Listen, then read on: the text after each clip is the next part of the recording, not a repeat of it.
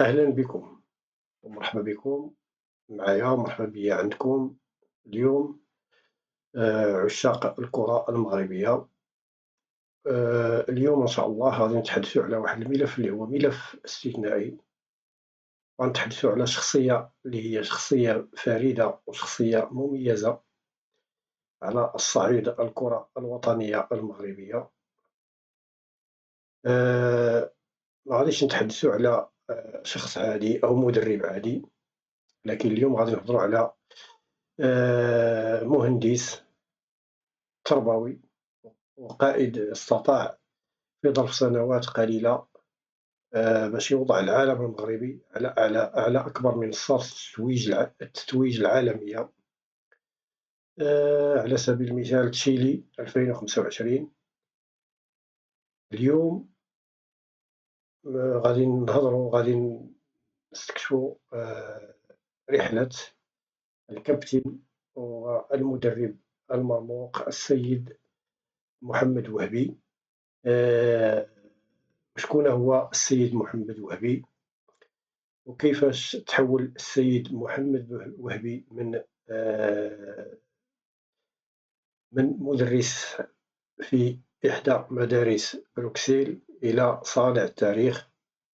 بقاو معنا وما تنساوش تشتركوا في القناة وتفعلوا زر الإعجاب، لأن البث ديالنا يلا غيبدا إن شاء الله، وغنحاولوا نناقشوا معكم محمد وهبي وعلاش بالضبط محمد وهبي، وعلاش تم تجاوز السيد طارق السكيتيوي رغم ما أبان عليه من إمكانيات كبيرة مع النخبة الوطنية المحلية في البطولة العربية الأخيرة والتي فاز بها عن جدارة واستحقاق. فضلا وليس أمرا، اشتركوا في القناة، فعلوا زر الجرس. هذه بداياتنا، ونتمنى أن تدعمونا بإعجاباتكم وبتعليقاتكم، سواء كانت سلبية أو إيجابية، فنقدكم سوف يكون بناء لنا لتطوير الذات إن شاء الله. مشكورين على دعمكم لنا إن شاء الله الرحمن الرحيم. في فقرتنا الأولى في هذا البث سنرجع بالزمان قليلا إلى الوراء، يعني إلى السنوات البدايات ديال السيد محمد وهبي، وتحديدا في 7 سبتمبر 1976. ولد السيد محمد وهبي في بيئة مغربية مهاجرة. الوالدين ديالو والدي السيد محمد وهبي زرعوا فيه كما هو المعتاد من الأسر المغربية المهاجرة، أنها كتحاول تزرع حب الوطن وحب تزرع تمغربي في الأبناء ديالها حتى لا ينسوا وطنهم أو يهجروه. ولد السيد محمد وهبي في بروكسل سنة 1976 7 سبتمبر. الوالدين ديالو زرعوا فيه حب الوطن. محمد وهبي اختار في البدايات مسارا مختلفا عن مسار التدريب. اختار التعليم. نعم، السي محمد وهبي كان رجل تعليم في مدرسة تسمى مدرسة دار البولس، يعني مدرسة اللي طرا فيها وخدم فيها السيد محمد وهبي. لكن السر ديال السيد محمد وهبي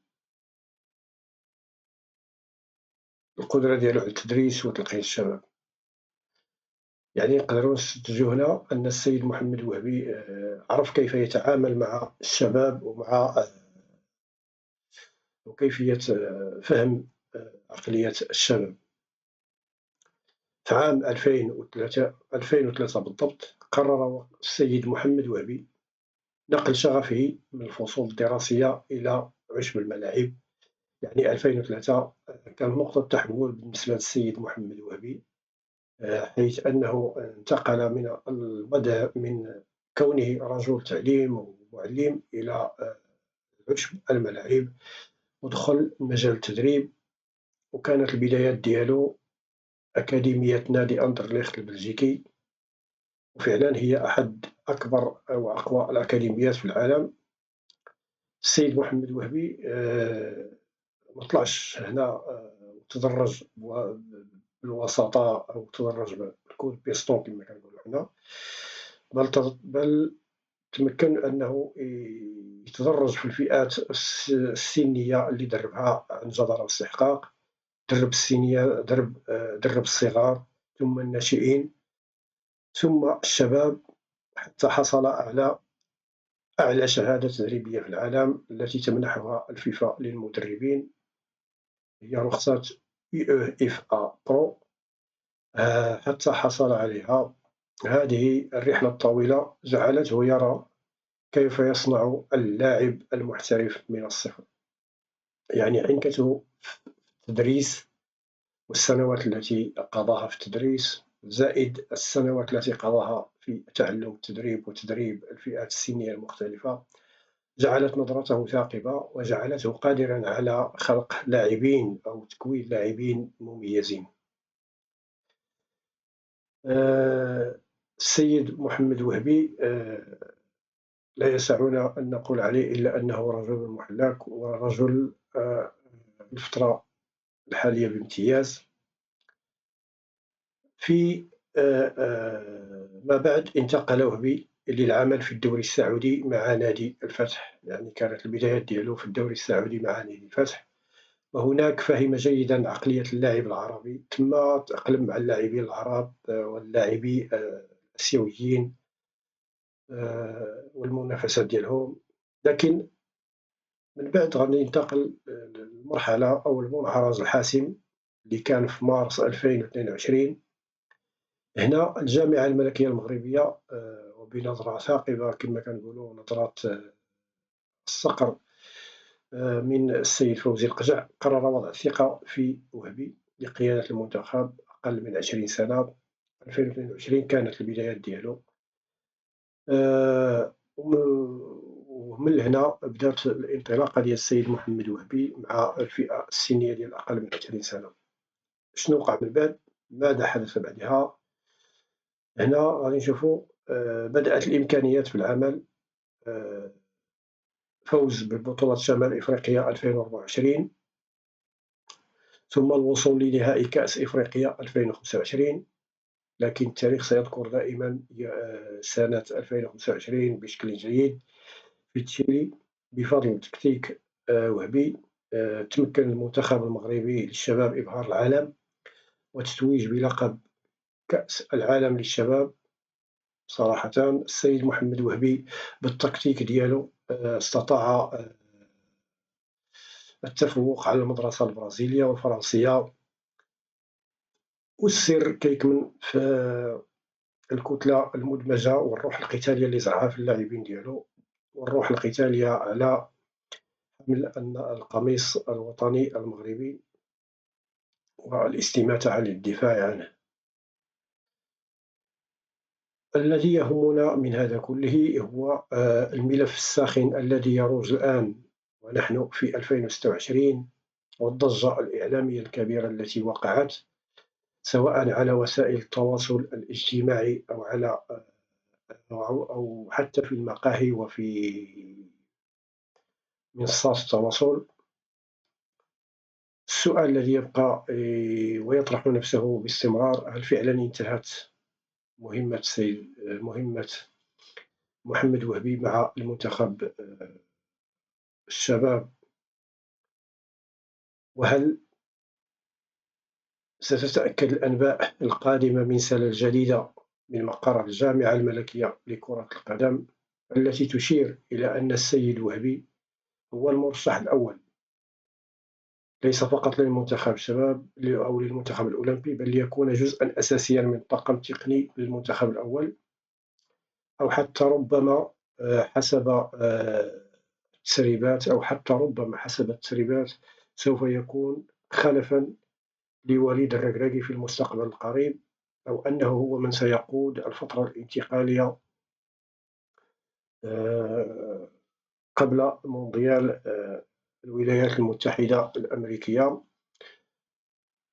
لأن ما تم تداوله بأن السيد طارق السكيتيوي كذلك الناخب الوطني المميز مشكورا رفض عرض قدمته له الجامعة الملكية ليكون قائدا لفترة انتقالية حتى بعد انتهاء المونديال، وسيتم استخدام ناخب أجنبي، وهذا ما لا نتمناه، لأن لاحظنا أن الناخب الوطني دائما نتائجه كتكون جيدة. ما لاحظناه مع السيد بدو الزكي 2004 في تونس، السيد وليد الركراكي كذلك الذي قدم مجهودات كبيرة وتضحيات، وعمله مشكور عليه صراحة، قدم الشيء الكثير للكرة المغربية. السيد طارق السكيتيوي كذلك الذي فاز بالبطولة العربية وقدم الشيء الكثير للكرة الوطنية. السيد محمد وهبي بطل العالم للشباب. يعني أتمنى أن تبقى قيادة المنتخب الوطني للأطر الوطنية دون استخدام أطر أجنبية. وعلاش هذا الصخب كامل؟ وعلاش محمد وهبي بالضبط لخلافة وليد الركراكي؟ واش لأنه كيمتلك كاريزما هادئة؟ واش كيتقن اللغات وكيفهم جودة اللاعب الممارس في أوروبا واللاعب المحلي؟